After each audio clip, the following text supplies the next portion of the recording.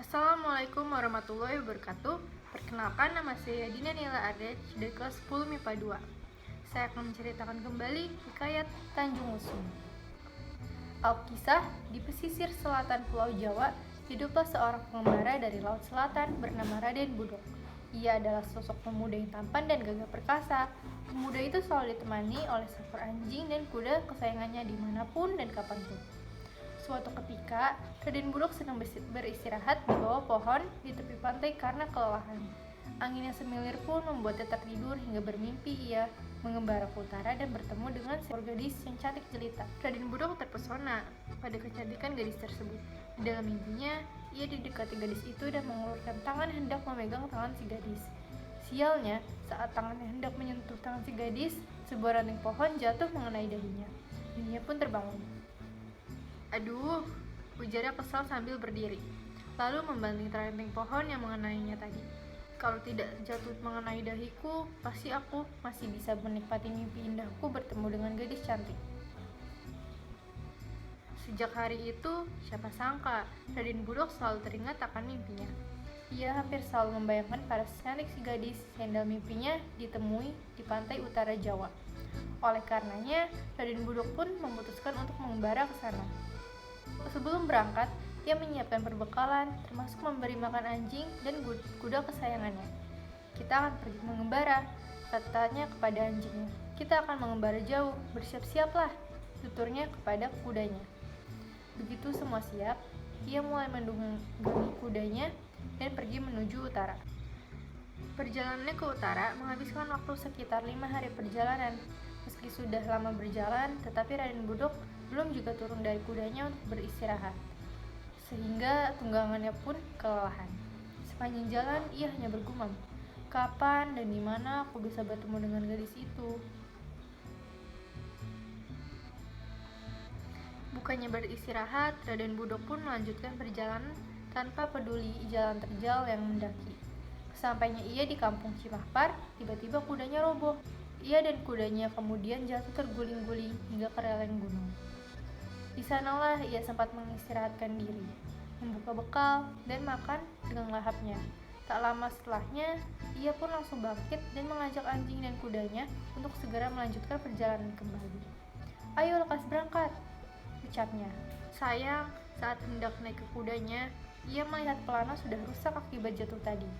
Ia pun menanggalkan pelana dari punggung kudanya dan memutuskan untuk melanjutkan perjalanan dengan berjalan kaki. Ia tidak menunggangi kudanya karena tak terbiasa tanpa pelana.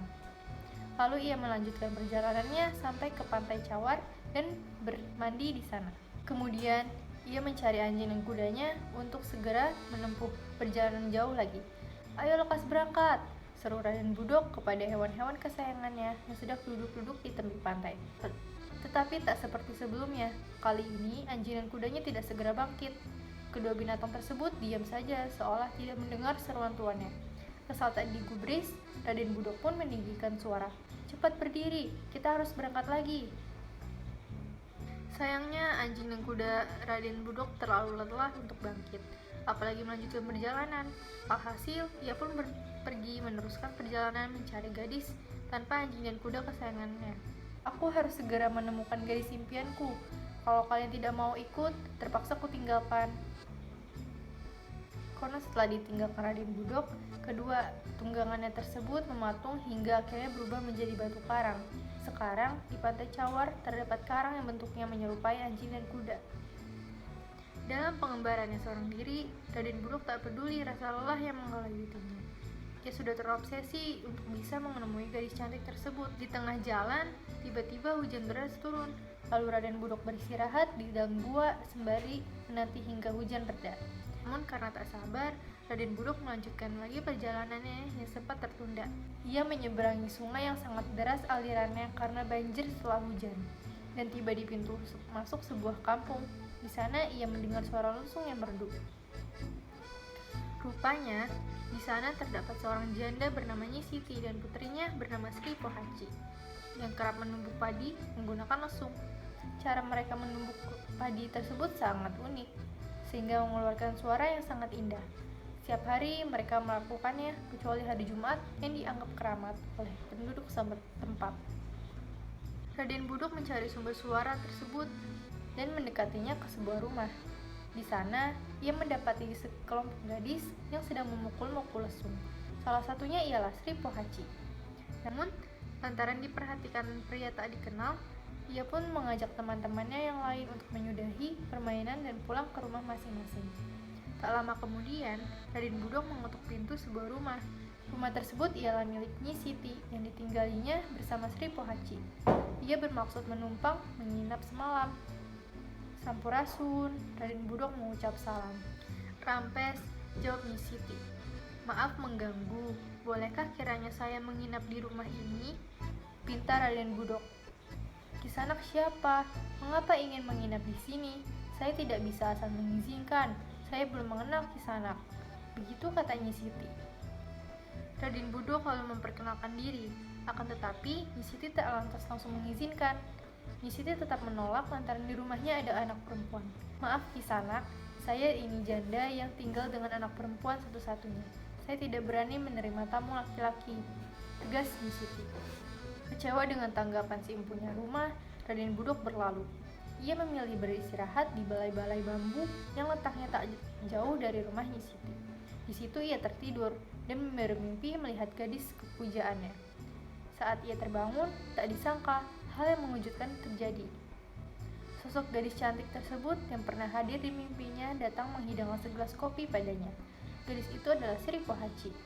Sejak hari itu, Raden Budok dan Sri Pohaci menjadi dekat. Keduanya pun saling jatuh cinta. Siti semula tidak merestui hubungan mereka, mengingat Raden Budok yang tak jelas asal-usulnya.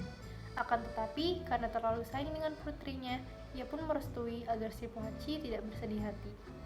Selama menikah dengan pemuda pengembara itu, Sri Pohaci tetap diizinkan menabuh lesung bersama gadis-gadis lain di kampungnya. Bahkan, Raden Budok yang sangat menyukai suara lesung tersebut terkadang ikut memainkannya. Sampai suatu hari, kejadian yang tak menyenangkan pun terjadi. Di hari Jumat, mestinya tidak ada suara lesung yang berbunyi, tetapi Raden Budok yang keras kepala tetap menabuhkan lesungnya pada hari tersebut dan tak mengindahkan peringatan dari para sesepuh di kampung. Saking antusiasnya, ia menabuh lesung sampai meloncat-loncat dan menari kegirangan. Tanpa disadari, para penduduk yang kebetulan melihatnya berteriak, "Lihat, ada lutung yang memukul lutung! Hei, lihat, ada lutung yang memukul lutung!" Mendengarnya itu, ia heran mengapa penduduk kampung memanggilnya lutung. Lalu ia menyaksikan sendiri bagaimana sekujur tubuhnya yang telah dipenuhi dengan rambut. Karena ketakutan dan panik, ia lari terbirit-birit memasuki hutan yang terletak tak jauh dari kampung itu. Di sisi lain, Sri Pohaci yang melihat kejadian itu merasa sangat malu. Lalu ia pergi meninggalkan kampung. Konon, Sri Pohaci kemudian berubah menjadi Dewi Padi. Sementara itu, di kampung yang ditinggalkannya, setelahnya dikenal menjadi nama Kampung Lesung. Lalu karena letaknya di sebuah tanjung, orang-orang pun menyebut kampung tersebut dengan nama Tanjung Lesung. Sekian dari saya, mohon maaf bila ada salah kata. Wassalamualaikum warahmatullahi wabarakatuh.